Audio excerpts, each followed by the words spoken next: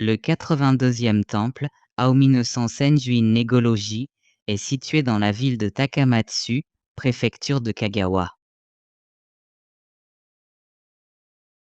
À la porte principale de Negoroji, des statues rouges des gardiens Nyo se tiennent pour accueillir les visiteurs.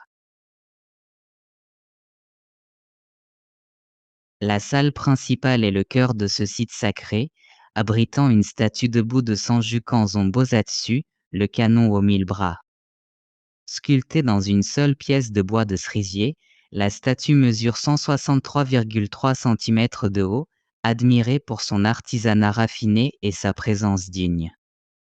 Elle a été désignée comme bien culturel important national. Dans le calme de la salle principale, les 1000 bras du canon, tendus pour sauver tous les êtres, apportent une paix et un respect profond aux fidèles.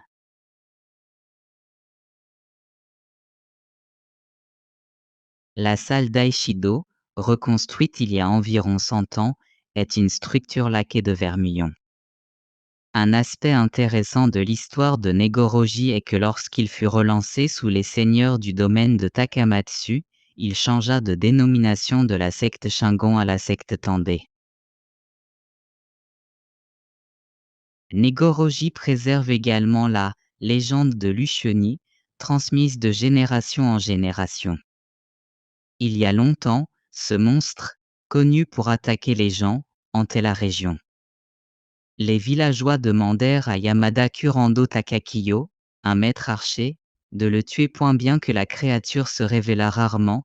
Après des prières répétées à l'image principale de Negoroji, elle apparut finalement. Takakiyo lâcha une flèche et abattit le monstre. Même aujourd'hui, une statue en bronze de Lushoni se dresse à l'extérieur de la porte du temple, racontant tranquillement cette histoire et partageant le mystique et le romantisme du site sacré avec tous ceux qui le visitent. Negoroji, vivant à la fois de la compassion du canon aux 1000 bras et de la légende de Lushoni, continue d'inspirer. La statue de canon, bien culturel important, dans la salle principale solennelle embrasse doucement le cœur des visiteurs, tandis que la statue en bronze de Lushoni transmet un conte de courage et de prière profondément enraciné dans cette terre. Lieu sacré où tradition et légende se rencontrent, Negoroji parle à travers le temps, offrant toujours une foi profonde et des émotions émouvantes.